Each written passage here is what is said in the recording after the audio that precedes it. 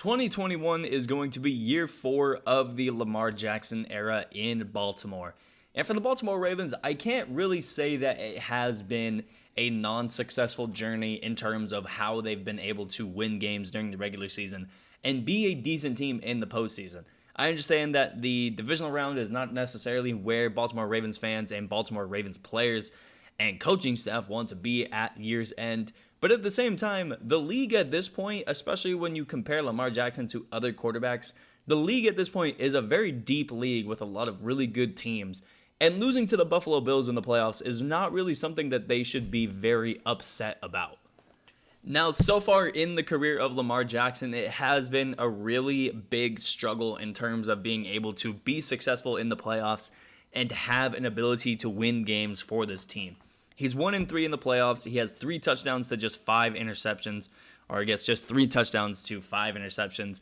He's been sacked 19 times. His rushing stats are not really even that great in the playoffs either. He has 367 yards, 1 touchdown. He's fumbled 5 times in the playoffs in 4 games. So playoff Lamar Jackson has yet to appear and be a successful component of this Baltimore Ravens team. And even though at this point it's been disappointing, I think this year is where it's starting to gonna turn around for Lamar Jackson and the rest of the Baltimore Ravens. So let's go ahead and talk about last year. Last year, offensively, this team was really good. Even though they were last in passing yards, they made up for it by being the number 1 rushing team in the NFL. They were 9th in turnovers, 7th in points, and 13th in sacks.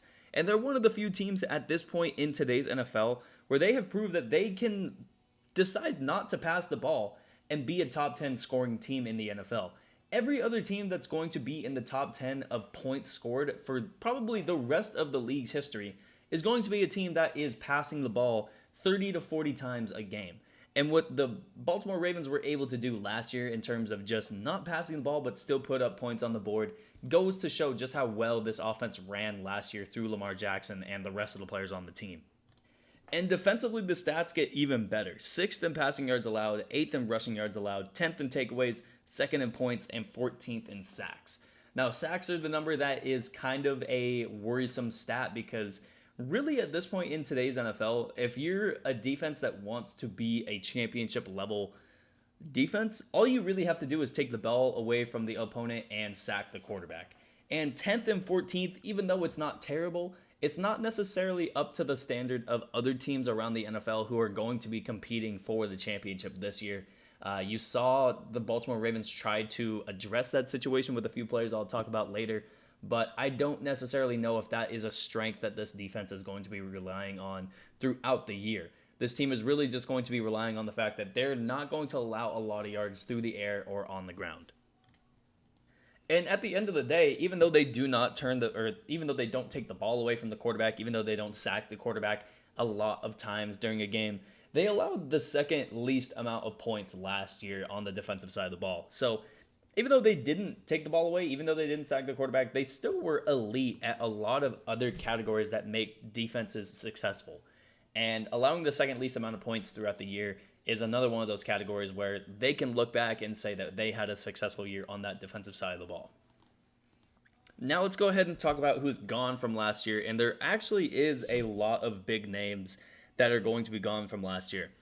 You've got Mark Ingram, you've got Chris Moore and Willie Snead on the outside at that wide receiver position. I know Willie Snead is not necessarily a national name at the wide receiver position, but if you're a Baltimore Ravens fan, you appreciated what Willie Snead has given to you over the past 3 or 4 seasons as one of your wide receivers.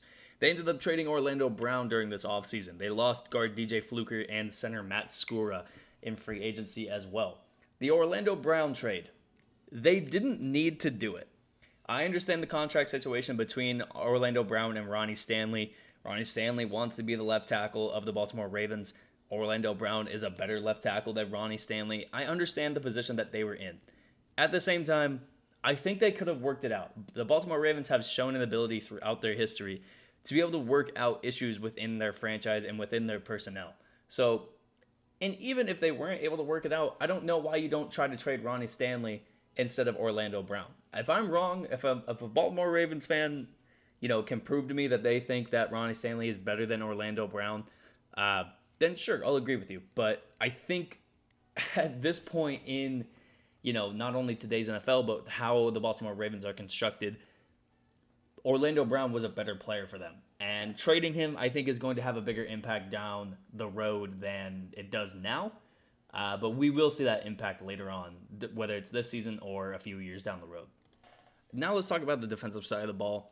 And really on the defensive side of the ball, they did end up losing a lot in the pass rushing game. They lost their number one sack getter in Matt Judon. They lost the 3 sack getter last year in Jahad Ward, another guy in Yannick Ngakoue, who even though he only had 3 sacks last year, he still is one of the elite pass rushers in the NFL today. So just losing those 3 guys for nothing is going to be something that is going to come back and bite this team. Especially when you look at, it looks like Calais Campbell is kind of digressing a little bit in his statistics. He still was a Pro Bowl player last year, but 4 sacks, 28 tackles. Like, he just was not the same kind of player that we've seen Calais Campbell be in his career. Pernell McPhee is really the only other pass rusher that they have from last year on this team. So it's going to be a weird year defensively for this team. They still have guys like Marlon Humphrey. They still have guys like Patrick Queen, who's going to step up in the new role. They have a lot of guys on this team still. So defensively, they're still going to be good, but pass rushing is going to be another weakness of this team next year, I believe. Now let's talk about who's new. Offensively, they did a really good job of replacing what they lost. They ended up signing Kevin Zeitler, the guard from the New York Giants, left tackle Alejandro Villanueva from the Pittsburgh Steelers, Sammy Watkins came over from the Chiefs, Jawan James from the Broncos, and Michael Schofield, who I believe came from, I don't know where Schofield came from, but that doesn't really matter. I don't think he's going to play anyway. They ended up drafting wide receiver Rashad Bateman out of Minnesota, who even though he, I believe, had groin surgery a couple months ago, maybe a couple weeks ago, I don't know how long ago it was. It seems like forever ago that we heard that Rashad Bateman got injured. They did draft Ben Cleveland as well. Offensively, they did a really good job of retooling this team. I think Sammy Watkins and Rashad Bateman, once everybody's, out of their injuries, paired with Marquise Brown. I almost said Marquise Goodwin. Paired with Marquise Brown, paired with Devin Duvernay from last year, paired with Mark Andrews, paired with J.K. Dobbins, who is going to be a really good running back for this team for years to come, paired with Gus Edwards, who is a good second running back for this team. They're going to have a really good offensive year again, and I really would not be worried about them, especially lately with the news that the NFL is going to figure out Lamar Jackson. They did a really good job of retooling this team and making sure they do everything in their power to make sure that doesn't happen. Now, defensively, what they did add Justin Houston. They did add Jason Owe in the draft, as well as Brandon Stevens in the draft. Not a lot of moves, on the defensive side of the ball to kind of retool, but I don't think they really needed to make a lot of moves to retool. Defensively, nobody had a major statistical year other than Patrick Queen and other than Marlon Humphrey. Marlon Humphrey had 8 forced fumbles last year. Patrick Queen was the leading tackler on this team, as well as throwing in 3 sacks and a pick 6. Or not a pick 6, but a fumble recovery that he took for 6. So defensively, they have their stars on their team already that they know are going to be the guys every given game to be the best player on that defensive side of the ball. Now with adding Jason Owe and Justin Houston, they add a couple guys who can get, 5 to 8 sacks this year and be consistent threats at that defensive end position. I think all in all, free agency and the offseason was a really good year for the Baltimore Ravens. And they did a really good job to not only keep guys that they had last year and, try to progress them in their progression, but also add some guys who can be consistent threats at their position and be guys who can just star in their own role. That's something that we've seen the Baltimore Ravens be able to do over the past however long it's been under John Harbaugh, and even before John Harbaugh. They find players who can star in roles, and they find players who can just play really, really well. Now for a prediction with this team. Last year they go 11-5, second in the AFC North, lose the divisional round to the Buffalo Bills. I don't know what to think about this team, and I understand that that's not really a prediction. I understand that that's not something that you're looking for as an answer with this team, but really everything can go wrong with this team.